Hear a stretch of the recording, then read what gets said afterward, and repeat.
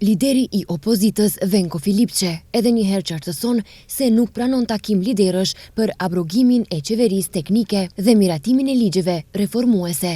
Sipas tij, LSDM-ja nuk ulet me kriminal dhe me ata që plaçkitin popullin. Filipçe mëtej arsyeton mendimin se pse duhet të mbetet në fuqi qeveria teknike. Kush shkon në mbledhjen që e inicon kryeministri Mickoski është përkrahasi i izolimit të vendit dhe u jepet legjitimitet të gjitha organeve të politikave antishtetrore dhe çfarë është më e keqja i jep legjitimitet krimit dhe korrupsionit.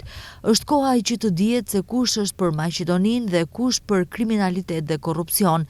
Ata nuk e duan qeverinë teknike, sepse kur të vijë një ministër i opozitës, ata do të kenë njohuri për të gjitha abuzimet dhe të gjithë sistemin e theksoi kryetari i LSDM-s Venko Filipçe. Reagojnë nga VMRO DPMNE. Nga partia më e madhe në pushtet, thonë se Filipçe nuk refuzon vetëm takim liderësh, por edhe dorën e shtrirë për dialog për ndërtimin e konsensusit mbi intereset shtetërore dhe agjendën reformuese. Në anën tjetër, siç thonë nga VMRO, Filipçe nuk nxjerr nga goja eurointegrimet. Në temën e takimit të liderëve ku Filipçe refuzon të marrë pjesë, do të bisedohet për ligjet reformuese, që janë pjesë e agjendës reformuese të BE-s, që ka për qëllim progresin dhe zhvillimin ekonomik, si dhe stabilitetin e shtetit. Venko Filipçe dëshmoi se i pengon gjithçka e mirë në shtet, i pengojnë reformat në gjyqësor, në siguri, liria e shprehjes.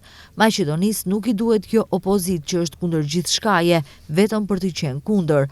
Është koha që Filipçe ta tejkaloj veten, sepse shteti ka nevojë për politikan serioz dhe përgjegjës, than nga VMRO. VMRO shton se Filipçe dhe partia e tij kanë frikë nga instalimi i drejtësisë për të mos u nxjerrë në pa keqpërdorimet derisa ishin në pushtet.